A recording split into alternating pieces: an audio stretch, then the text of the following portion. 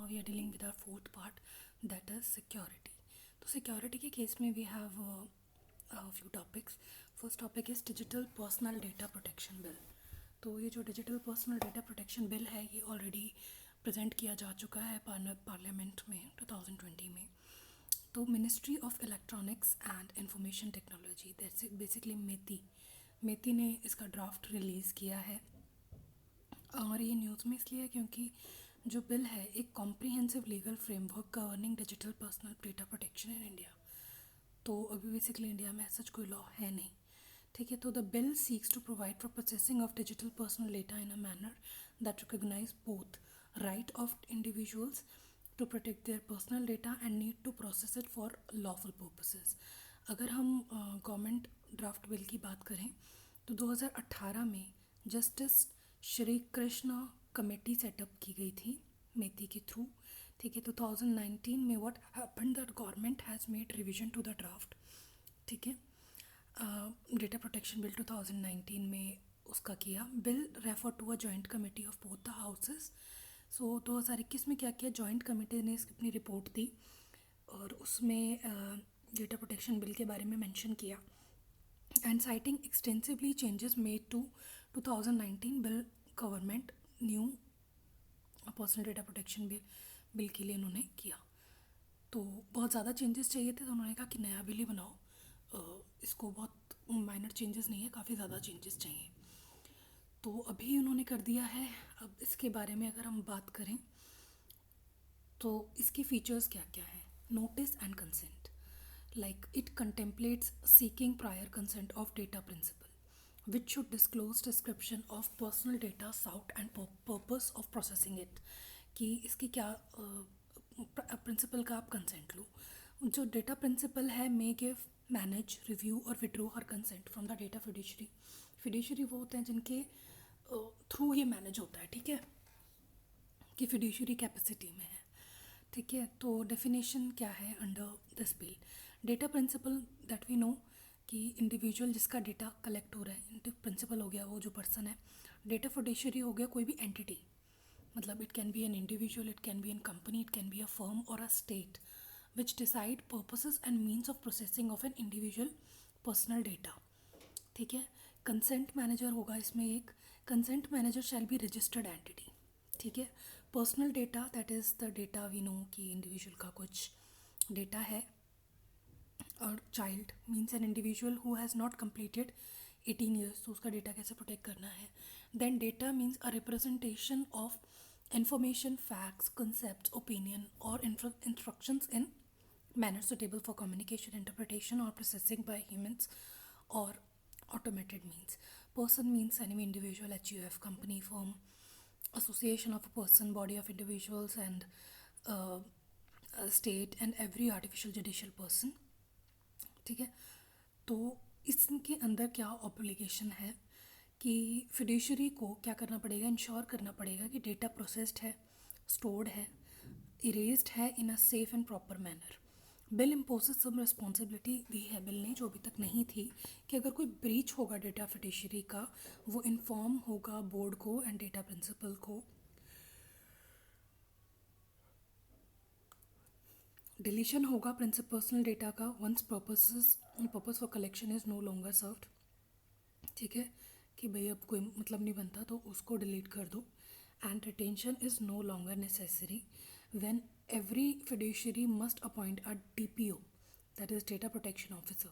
हर किसी फिड्यूशरी को करना पड़ेगा, जिसको भी वो डेटा रिक्वायर्ड है ना उसको अपना एक DPO बिठाना पड़ेगा to address data principal queries और कंसर्न क्या क्या क्या है. Then additional obligation while processing personal data of children which include seeking consent, लेना है उनके पेरेंट्स से, गार्डियन से. Then significant data fiduciary, like central government can identify a data fiduciary as significant data fiduciary if it handles high volume of sensitive personal data, involves a risk of harm to data principles and impact of sovereignty and integrity of India, ठीक है. कि ये करना पड़ेगा data fiduciary को कि वो identify करें डेटा को as a significant data fiduciary, कि भाई ये जो पर्सनल डेटा है, सेंसिटिव पर्सनल डेटा है, ये हाई रिस्क है और ये इंटीग्रिटी और सिक्योरिटी को भी खतरा हो सकता है. उन्हें डेटा इंडिपेंडेंट एक ऑडिटर रखना पड़ेगा, ठीक है, डेटा के लिए, to ensure compliance with proposed bill. मतलब इस डेटा के अकॉर्डिंग वो कंप्लाइंस करते रहें, कंडक्ट करें वो, जैसे मतलब सिंपली है जैसे हम ऑडिट करते हैं पैसों से रिलेटेड, उसी तरीके से डेटा से रिलेटेड ऑडिट, ठीक है। और data protection, impact assessment, periodic audit to ensure compliances. तो अब देखते हैं कि ड्यूटीज़ और राइट्स क्या हैं डेटा प्रिंसिपल के। बिल स्टिपुलेट कर रहा है कुछ डेटा ड्यूटीज़ हैं डेटा प्रिंसिपल की जो इंडिविजुअल है, to extent ensuring that it is not registering a false grievance. मतलब तुम कोई गलत कंप्लेन मत करो, ठीक है, और कोई भी फॉल्स मिसलीडिंग इन्फॉर्मेशन मत दो, और सप्रेसिंग इन्फॉर्मेशन, कोई इन्फॉर्मेशन सप्रेस मत करो। And data of right principal, right of the data principal include कर रहा है, आरटीआई में भी ये इंक्लूड होता है। तो अगर ये क्वेश्चन आ जाता है कि rights of the data principal में मतलब ये जो डेटा प्रोटेक्शन बिल है इसमें आरटीआई आ जाता है, राइट टू करेक्शन और इरेजर एंड ग्रीवेंस रिड्रेसल, ठीक है। अब हम देखें इसमें एप्लीकेशन क्या क्या है बिल का, कि प्रोसेस करता है digital personal data with in the territory of India, कि विद इन द टेरिटरी आप प्रोसेस कर रहे हो डिजिटल पर्सनल डेटा को, प्रोसेस कर रहे हो personal data outside the territory of India if processing such data is in connection with any profiling or of any activity or offering goods and services to the data principal within the territory of India, ठीक है। मतलब sales के purpose से अगर बाहर भेज रहे हो। प्रोफाइलिंग का मतलब होता है processing of personal data to analyse और predict aspects of concerns behaviour, कि भाई इसको शूज़ किस टाइप के पसंद है, किस टाइप की सर्चेस करता है। मतलब आप नॉर्मल शूज़ देखते हो या हमेशा जॉर्डन के देखते हो, तो सर्च हिस्ट्री से एनालाइज करते हैं उसको, बिहेवियर को, एट्रीब्यूट्स को। And it shall not apply non automated processing of personal data, offline personal data process जो करता है कि इंडिविजुअल फॉर एनी पर्सनल और domestic purpose. Now personal data हम जानते हैं कि इंडिविजुअल में that is contained in a record that has been in existence for at least 100 years। अब सिग्निफिकेंस क्या है इस बिल की? ये जो बिल है एक अटेम्प्ट है जो एड्रेस करता है lacuna in the current framework. इसको सिग्निफिकेंस को भी पढ़ेंगे, पहले हम देख लेते हैं establishment of data protection board. इन्होंने बोर्ड बना दिया एक, ठीक है, बोर्ड बना दिया। बोर्ड का क्या काम होगा कि वो भाई जो नॉर्मल केस में भी बोर्ड क्या करता है, वो कुछ गाइडलाइंस इशू करता है, गाइडलाइंस के अकॉर्डिंग फिर बाकी लोगों को चलना पड़ता है, फिर उसकी कंप्लायंस, ठीक है, और कुछ प्रॉब्लम होगी तो पेनल्टी वगैरह भी बोर्ड लगा सकता है, उसकी हियरिंग कर सकता है बोर्ड। तो देखते हैं इसमें it also provides for setting up of data protection board, ठीक है। डेटा प्रोटेक्शन बोर्ड हो गया, ये कंप्लाइंस देखेगा, ओवरसी करेगा compliance data fiduciary data principals का। पेनल्टी भी इम्पोज कर सकता है board. Bill propose 6 types of penalty which extend to maximum penalty of 500 crore. तो एम्बिट बहुत बड़ा कर दिया इन्होंने, 500 करोड़ तक का ये पेनल्टी इम्पोज कर सकते हैं, ठीक है। It is substantially more than the maximum penalty stipulated in personal data protection bill. अब transfer of data outside India, अगर डेटा आउटसाइड होता है तो it suggest that it will notify a list of countries कि भाई इन countries में ये data जाना चाहिए, ठीक है, और बाकी सब जगह नहीं जाना चाहिए, ठीक है। कंसर्न्स क्या हैं? कंसर्न्स ये भी इंपॉर्टेंट है, पहले सिग्निफिकेंस देख लेते हैं इसकी कि इंपॉर्टेंस क्या क्या है। इंपॉर्टेंस ये है कि ये जो है ना डेटा, ये जो अटैम्प्ट है ये एड्रेस करेगा लैक्यूना इन करंट फ्रेमवर्क। करंट फ्रेमवर्क में जो भी लैक्यूना है, तो अभी हमें पता है कि current legal framework enshrined in information technology rules 2011 is wholly inadequate to combat harms to data principles। Right to privacy upheld as fundamental right हो गया था केस पोर्टर स्वामी 2017 में। तो inadequacy can be seen like extant framework is premised on privacy being a statutory right rather than a fundamental right. Also, it does not apply to processing of personal data by the government. It has limited understanding of kinds of data to be protected.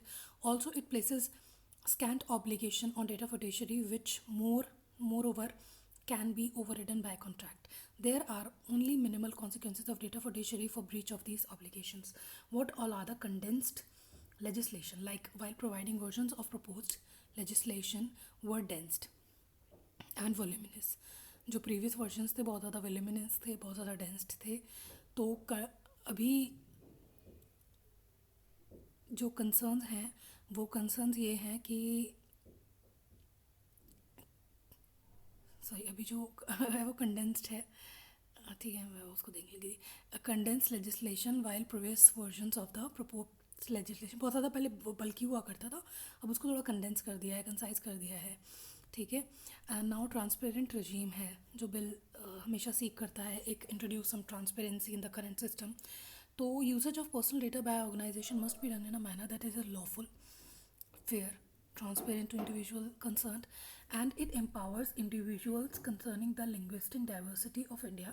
Provision भी बनाए जाने चाहिए for enabling individual to access basic information in 8 scheduled languages. ठीक है, अब अगर हम बात करें it can intends to create an easier compliance regime, हमें बहुत ही easier compliance regime बनानी है, तो इस ये बेसिकली इसको इंटेंड करता है। So the bill taken as a whole represents a more forgiving framework for compliance and proposes several welcome improvements such as deletion of non-personal data. It is taunted as a pro-business version as it does not away from onerous data localization mandate imposed by 2019 bill, relaxing rules on cross-border data flows could bring relief to the big tech companies.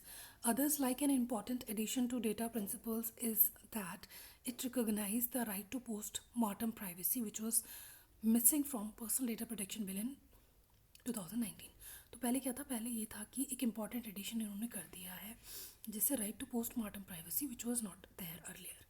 सो ये भी allow करता है कि data principal nominate कर सकता है किसी और को, कि अगर उसका डेथ है, कोई इनकेपेसिटी है कि भाई यार तुम देख लो, मैं नहीं देखना चाहता इस चीज़ को। First time in India legislative history his her she has been used in the refer to individuals for gender. ये थोड़ा सा इंपॉर्टेंट हो गया कि अगर हो सकता है कभी पूछ लें कि भाई किसी लेजिस्लेशन में, इट्स वेरी रेयर क्योंकि बहुत ही डेप्थ में हो जाएगा ये क्वेश्चन अगर कोई पूछे तो, बट थोड़ा सा याद रखो, अच्छा लाइन रहेगा कि पहली बार इंडिया के लेजिस्लेटिव में हिज हर और शी का यूज़ हुआ है पहले इंडिविजुअल के रिस्पेक्ट में जेंडर्स का, ठीक है, छोटा सा ही वो है। एंड देन कंसर्न्स क्या एसोसिएटेड हैं बिल से रिलेटेड। कंसर्न्स ये हैं कि इट लैक्स टाइम, लाइक जो बिल इम्पोज किया गया है इन्होंने वो certain application on data fiduciary में आता है but without providing a time frame.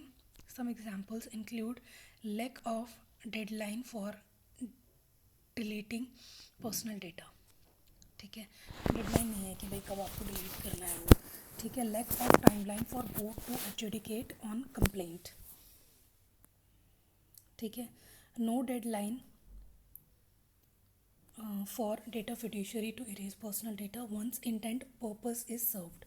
Also missed crucial rights जैसे कि right for data portability and right to be forgotten, ये पार्ट नहीं रखे गए हैं अभी ड्राफ्ट बिल के। अब right to data portability that allows the data principal to receive a structural formed format and all data personal data that they had provided to data fiduciary. तो ये एक इसमें ये प्रोवाइड करता है कि this has also has the data fiduciary generated on data principals while, मुझे इसको करना पड़ेगा,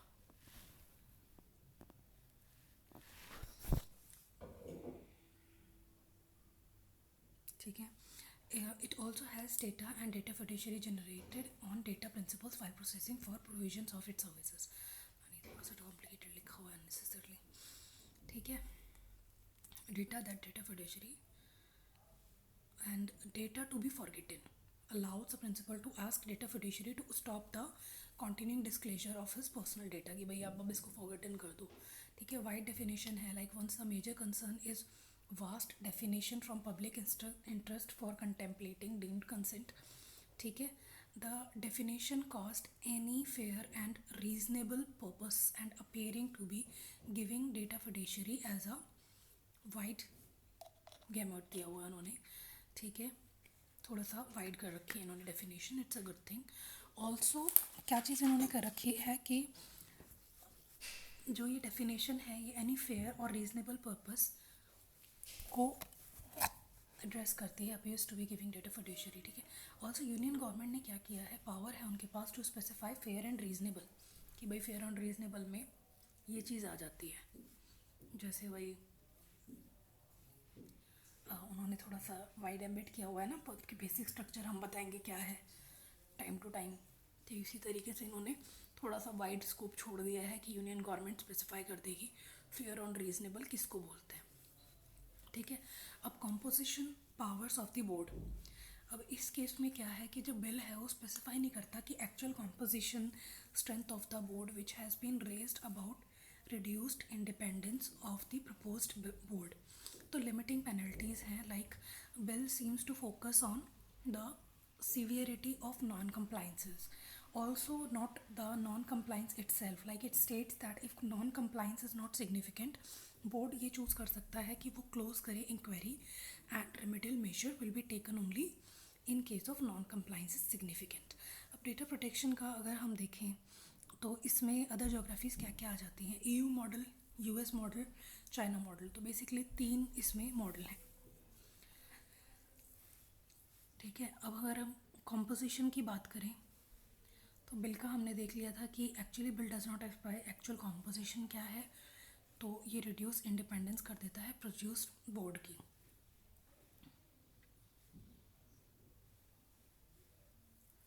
प्रपोज्ड बोर्ड मतलब कॉम्पोजिशन एंड पावर्स को इन्होंने स्पेसिफाई नहीं कर रखा कि एक्चुअल स्ट्रेंथ क्या होगी। ठीक है, तो लिमिट कर देता है penalties, like bill seems to focus on severity of non compliance, कि नॉन कंप्लाइंस क्या क्या है, बिल इस चीज़ पे फोकस करता है, and not on non compliance itself. Bill it states that if non compliance is not significant, ठीक है, बोर्ड ये चूज़ कर सकता है कि वो क्लोज करे इंक्वायरी को, रेमेडियल मेजर्स ले। अब ये जो प्रोग्राम है, terminology since significant is highly subjective and it में लो पोटेंशियली। ठीक है, वाइड एक्सेप्शन, ठीक है, इसको पढ़ेंगे भी। पहले डेटा प्रोटेक्शन देख लेते हैं कि बाकी कंट्रीज़ में क्या क्या है। अब अकॉर्डिंग टू हम डेटा देखें तो यूनाइटेड नेशन की कॉन्फ्रेंस हुई थी ट्रेड एंड डेवलपमेंट की, और एस्टिमेट हुआ था 137 out of 194 countries they have put up place legislation to secure protection of data and privacy. Data protection model की बात करें तो एक EU मॉडल है, एक US मॉडल है, चाइना मॉडल है।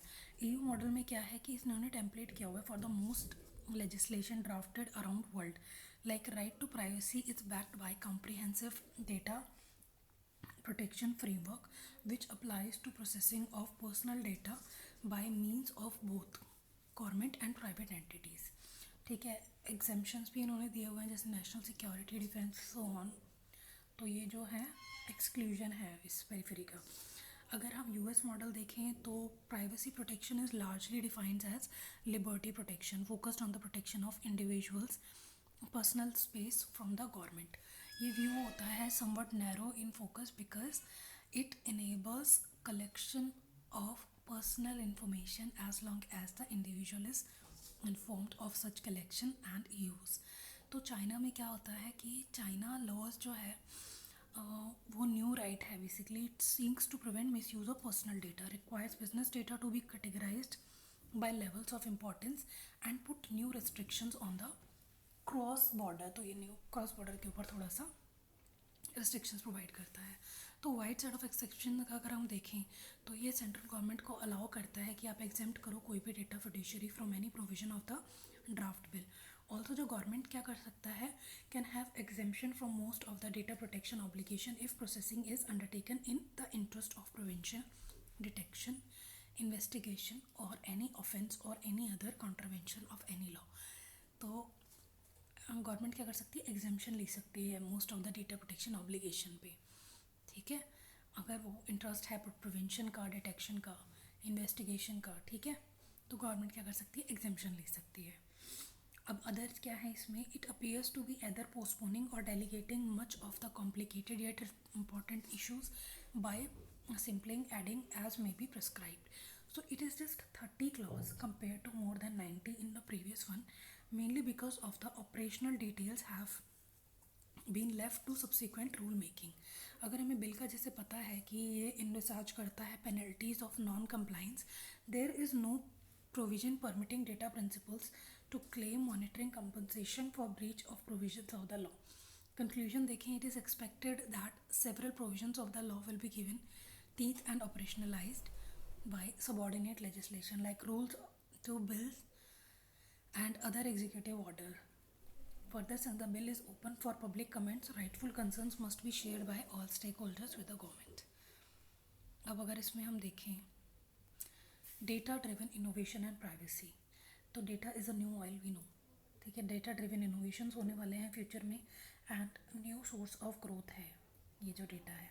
However the story is incomplete without talking about the privacy of data generators, ठीक है. So this government explains various types of data, their usage, their interrelationships, and that exist between innovation and privacy. Further, it also provides an insight on how a middle path can be identified that can protect data privacy while promoting the culture of data driven innovations.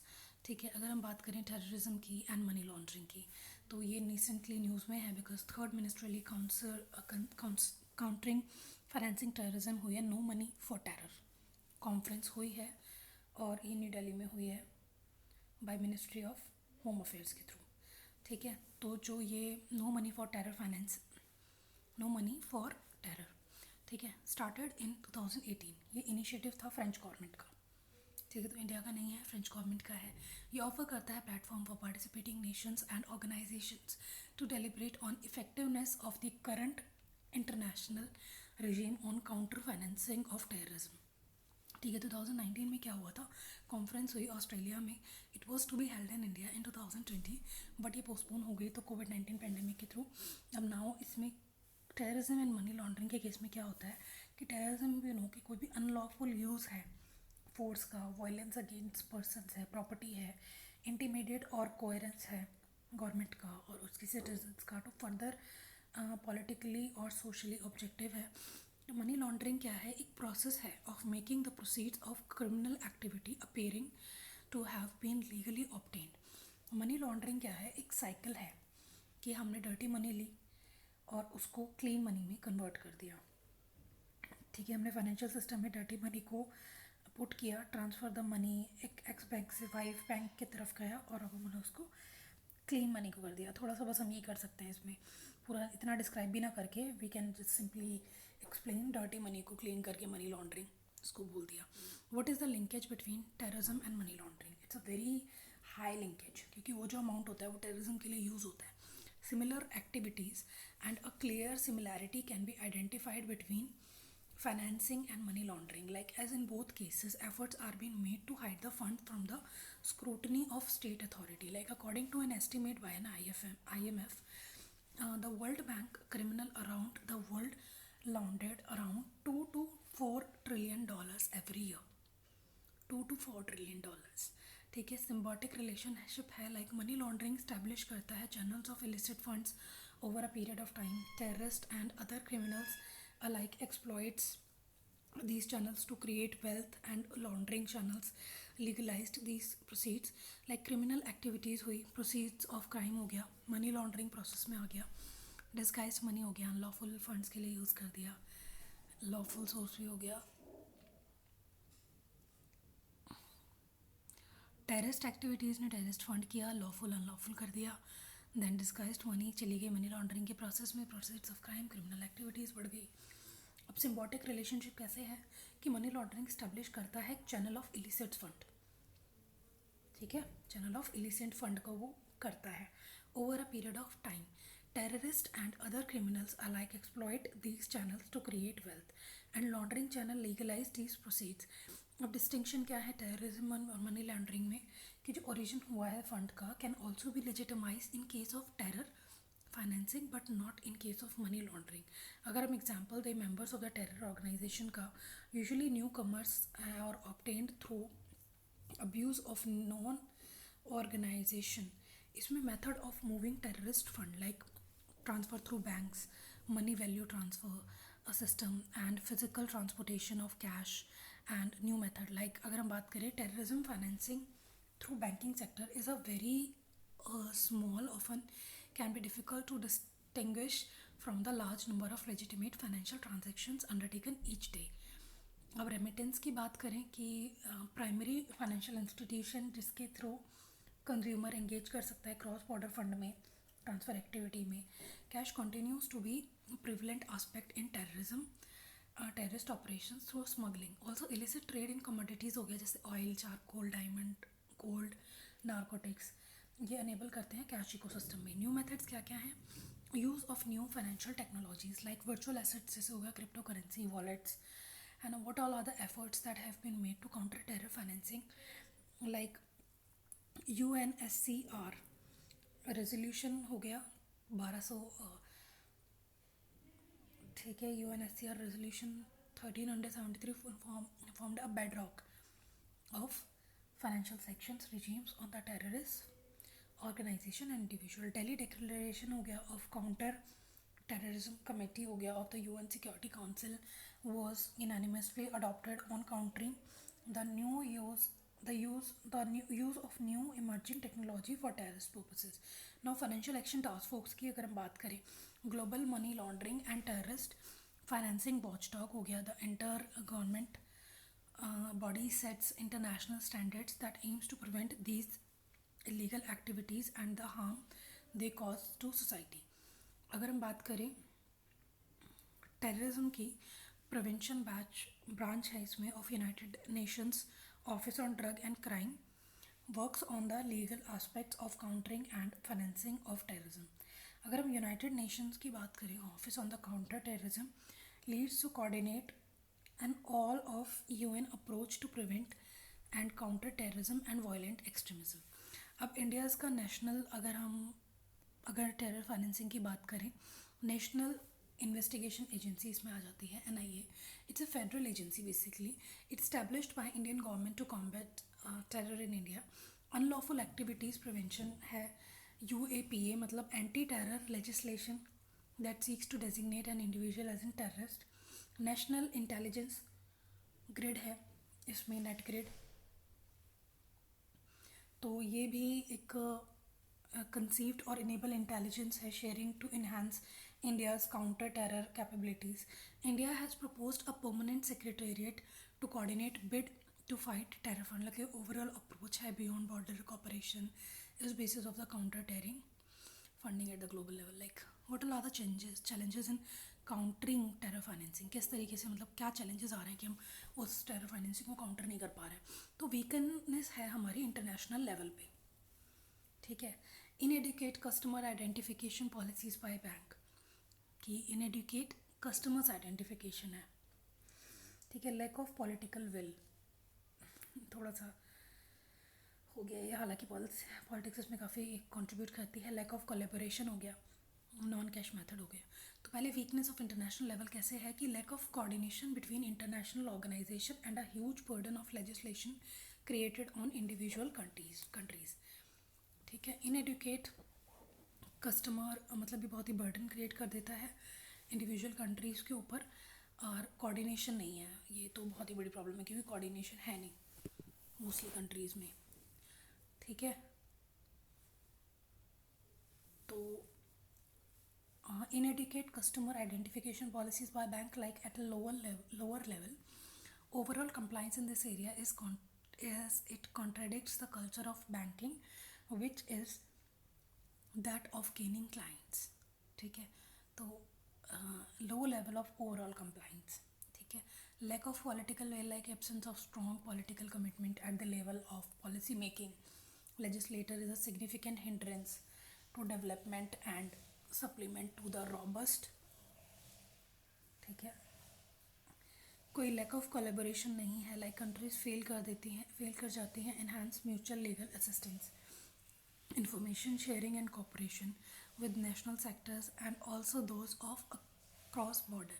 New cash method है like increasing proliferation of new cash payment methods such as prepaid cards, internet payments, cryptocurrencies, digital money and mobile payment. ने बहुत ज़्यादा एक new ways open कर दिए हैं। अब check कैसे करें मनी लॉन्ड्रिंग को, कि पहले prevention like identifying the transactions originator as well as placing limitations on certain transactions. टू पहले हम प्रिवेंट करें, फिर डिटेक्ट करें, फिर सप्रेस करें क्राइम को। तो प्रिवेंशन कैसे कर सकते हैं कि हम आइडेंटिफाई कर सकते हैं कि भाई ये जो ट्रांजेक्शन है इनका ओरिजिनेटर कौन है, कहाँ से, कुछ लिमिटेशंस हमने कर दी हैं इन ट्रांजेक्शन्स पे। डिटेक्ट कैसे करें हम कि भाई intelligence collection and implementation of specialised investigation measures होने चाहिए इस केस में। And suppression of crimes like suppression of associated crimes through enforcement measures such as freezing and seizing assets. ठीक है, so what all other can be done, क्या कर सकते हैं हम इन चैलेंजेस से निपटने के लिए। तो पहले हमें कि हम अपना फाइनेंशियल इंटेलिजेंस को स्ट्रेंथन कर दें।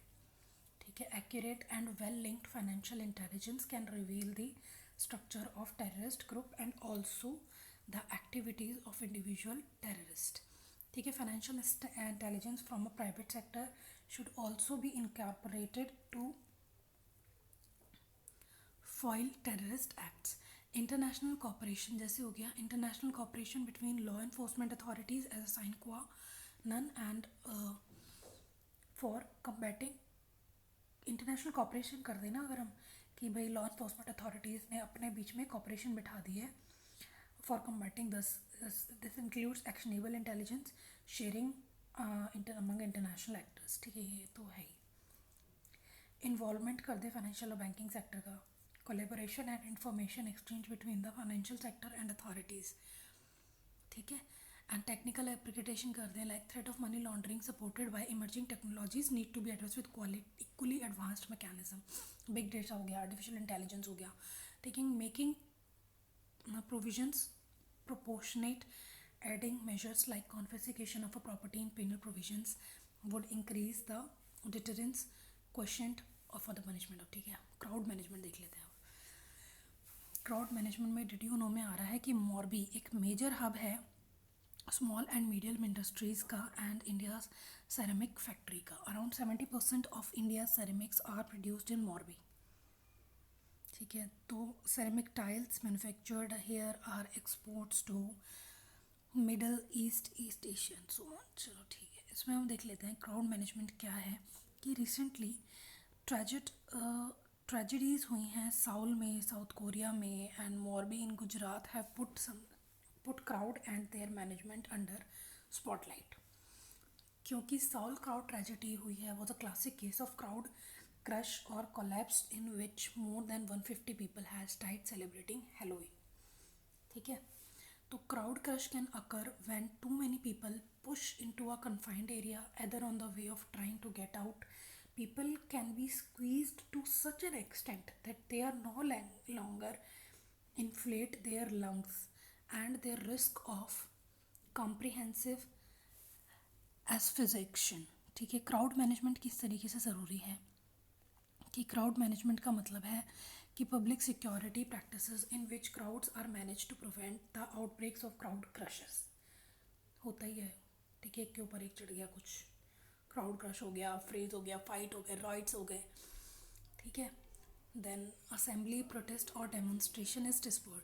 क्राउड मूवमेंट इन्वॉल्व करता है एक combination of voluntary and involuntary forces का। जैसे crowd destiny is density, crowd density is managed at an optimal level. People at crowd are governed by social forces, voluntary forces, which is a physical response to social interaction. And however crowd density, that means reaches a critical level, people's movement within the government are involuntary forces, so on. So physical forces that are produced by pushing each other from behind or from sides and so on to packed together in situation. So importance क्या क्या है crowd management की।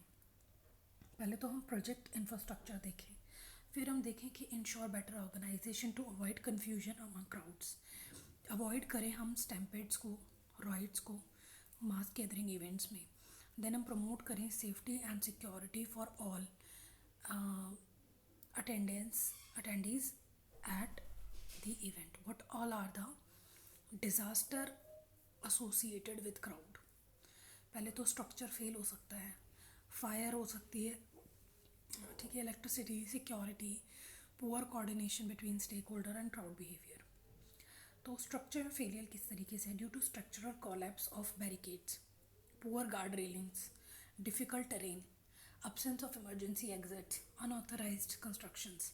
ठीक है, अगर हम bridge collapse देखें, मोरबी में हुआ था मच्चू रिवर के पास, was due to structural failure and management apathy. ठीक है, fire and electricity, like such disaster occurs due to non availability of fire extinguishers, unauthorized fireworks in enclosed placed, fire code violators, short circuit from electrical generator, so on. Security का अगर हम बात करें, under deployment and इनएडिक्वेट briefing of security personnel on crowd control before deployment, lack of CCTV surveillance of crowd, lack of effective wireless system with police led to disaster. अगर हम बात करें poor coordination between stakeholder, like this happens due to lack of understanding of range of duties and trusted communication delays, coordination gap between agencies, so on. Crowd behavior कैसे है कि it becomes difficult to manage crowd behavior due to rush during distribution of disaster relief supplies, last minute change in platform for train arrival, departure, so on. So an integrated approach हुई है crowd management की, like types of event, religious, school, university, youth festival, sports events, music events, political and product promotion. तो इस type के events हो सकते हैं। Crowd expected कितनी है कि भाई इस टाइप के रिलीजियस में कितने लोग आएंगे, स्कूल फेस्टिवल उसमें कितने लोग आएंगे, किस टाइप की एज होगी, रीजन क्या है उनका, इकोनॉमिक स्ट्रेटा क्या है। ठीक है, ऑल्सो वेन्यू नॉलेज पहले होनी चाहिए। Crowd motive like social, entertainment, political, religious, economy.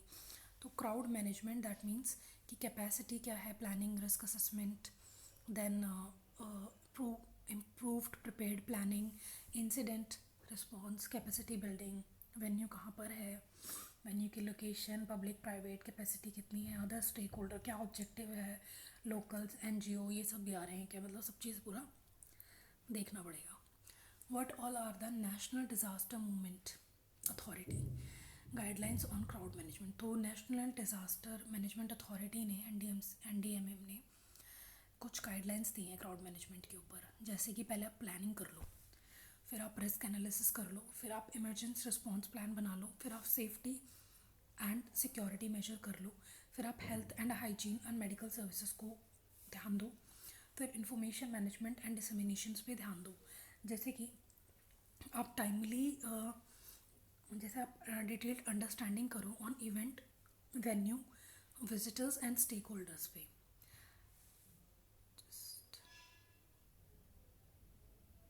Okay, so first we have to plan and details in understanding देखनी है हमें कि वेन्यू क्या है, विजिटर्स क्या है, स्टेक होल्डर्स की रिक्वायरमेंट क्या है। प्लानिंग प्रोसेस में रिस्क देखना है हमें कि रिस्क आइडेंटिफाई करो पहले तो, ठीक है।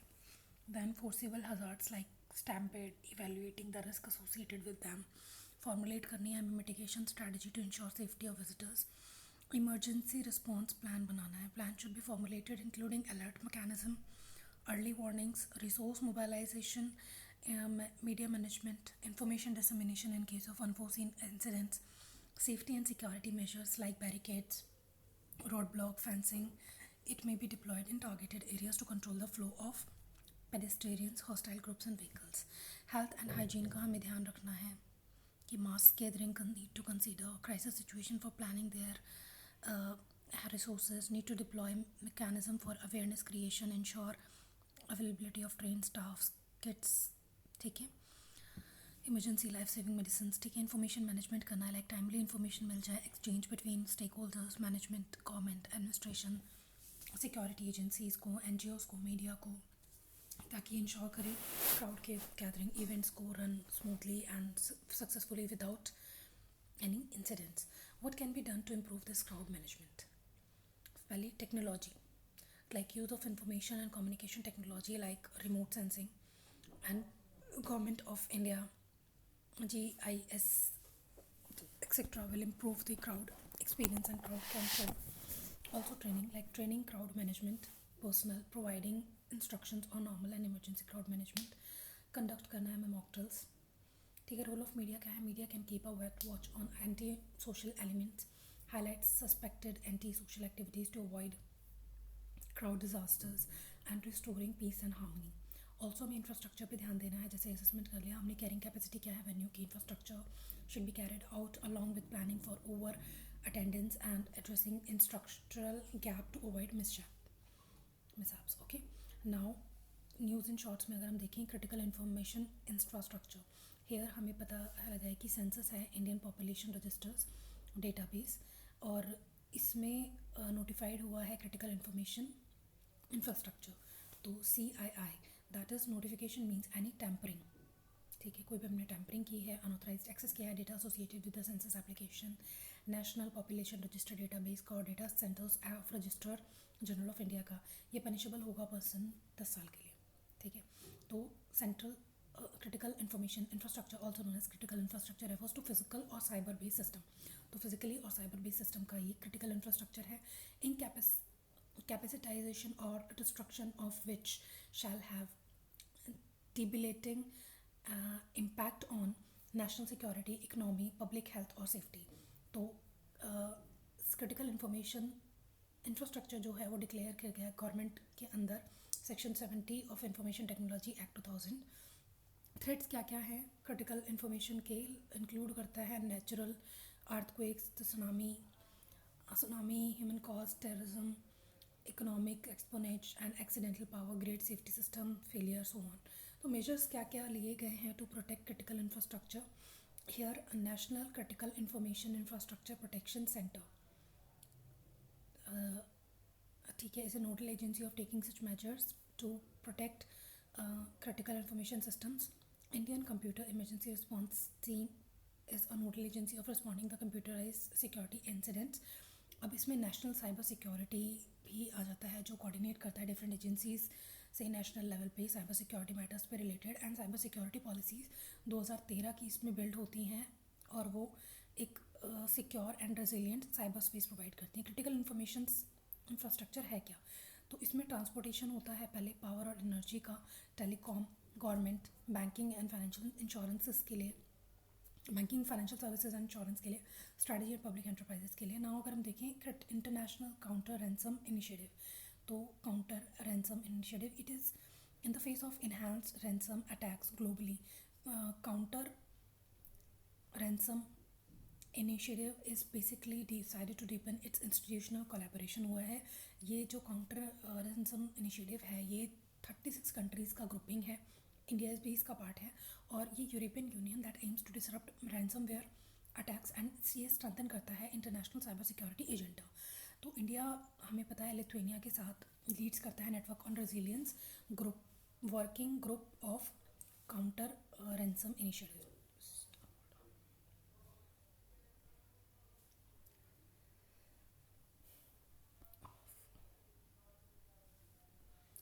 So now, in the recent counter ransom initiative, also decided to establish an international counter ransom task force to coordinate reliance and to counter illicit financing activities. Blue bugging की बात करें तो ये एक फॉर्म ऑफ हैकिंग है जो attack कर रहा है डिवाइसेस को थ्रू डिस्कवरेबल ब्लूटूथ कनेक्शन। तो once a Bluetooth connection establish, hackers use brute force attacks to bypass authentication.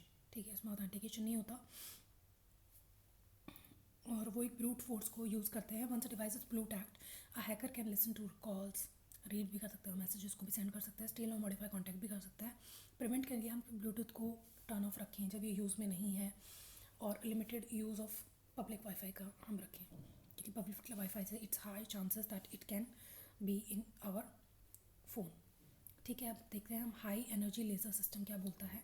ये SFO technology has partnered with DRDO to develop high energy laser system. ठीक है, the collaboration with DRDO Center for High Energy System and Science is to develop a 2 kilowatt single mode continuous wave fiber laser. CHESS is a defense lab under DRDO for research and works on health. Health की अगर हम बात करें, health एक weapon emits through thermal energy to directly render a target ineffective without using a conventional munition. This could affect target across the domain of air, ground, sea and space. हेल्स की बात करें तो एक लेज़र वेपन है, belong करता है directed energy weapon category में. अब directed weapon energy weapon category जो है एक अम्ब्रेला है और ये कवर करती है technology that produce beam of contracted electromagnetic energy. जैसे कि एडवांटेज क्या है डायरेक्ट एनर्जी वेपन्स की? एडवांटेज है कि ये स्टिल्थ करता है, like performance, quiet and invisible beams, precise targeting for both lethal and non lethal application, low cost per shot, speedy करता है ये लाइट एंगेजमेंट को, which makes responsive and tracking much faster. तो अब हमारे पास इसमें जो अदर न्यूज़ है दैट इज़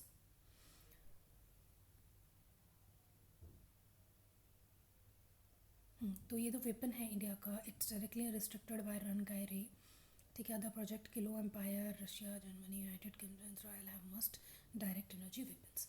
सबमर्ज ये है submersible platform for acoustic characterisation and evaluation space.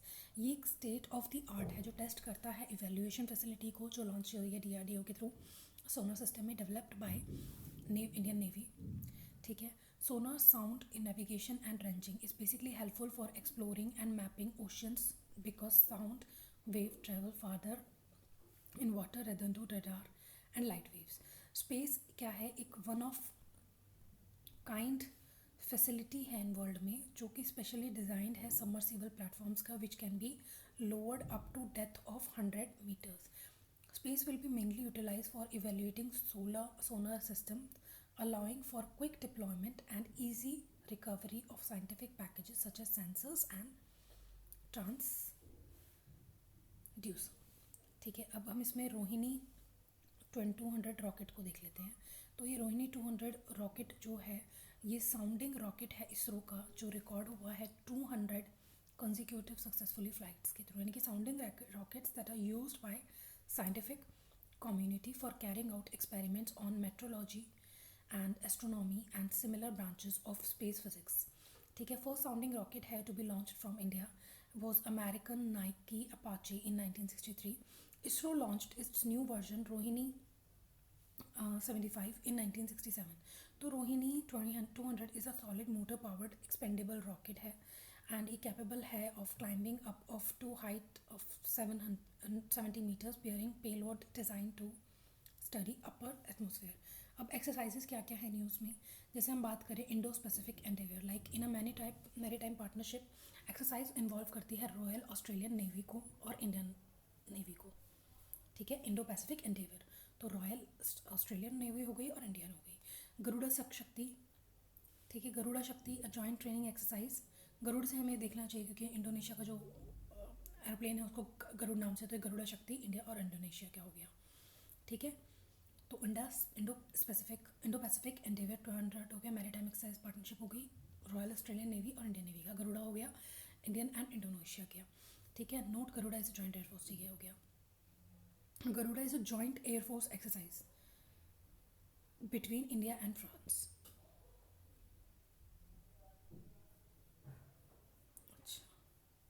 युद्ध अभ्यास 200 is a annual US exercise. युद्ध अभ्यास एक एनुअल US एक्सरसाइज है. ठीक है. हरिमाऊ शक्ति ये जो है एक एनुअल ट्रेनिंग है between Indian and Malaysian army का. ठीक है. अब देखते हैं हम और क्या क्या चीज़ें रह गई हैं. ये है एक errata due to topographical error article इसमें कलेक्टिव सिक्योरिटी ऑर्गेनाइजेशन है. 1 अक्टूबर में 200 में Uzbekistan is a now the corrective information Uzbekistan is not a member. The collective security treaty organization member countries है Belarus, Russia, Kyrgyzstan, Kazakhstan and Armenia. तो Kazakhstan, Belarus, Russia, Tajikistan, Kyrgyzstan and Armenia. So 1 2 3 4 5 6 ये basically collective security treaty organisation. India इसका part नहीं है, तो it's very less chances to ask in the exam, but we have to be. Now we go with the environment part in our next video. Thank you.